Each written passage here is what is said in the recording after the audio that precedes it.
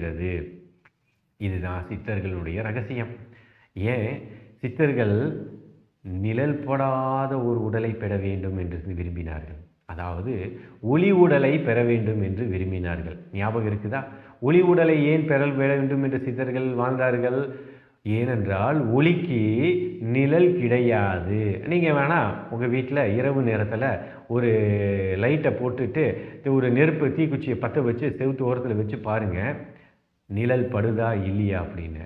குச்சி தெரியும், குச்சிக்கு மேலே இருக்கக்கூடிய அந்த நெருப்பு இருக்கும், அந்த நெருப்புக்கு நிழல் செவுற்றில் படாது. நீங்கள் வேணால் செஞ்சு பாருங்கள் இது உண்மையா இல்லையான்னு. அப்படின்னா ஜோதிக்கு நிழல் படாது, நெருப்புக்கு நிழல் படாது. அதனால தான் இந்த ஒளி உடலை பெற வேண்டும் என்று நம்முடைய சித்தர்கள் அந்த வாழ்க்கையில் வாழ்ந்தார்கள்.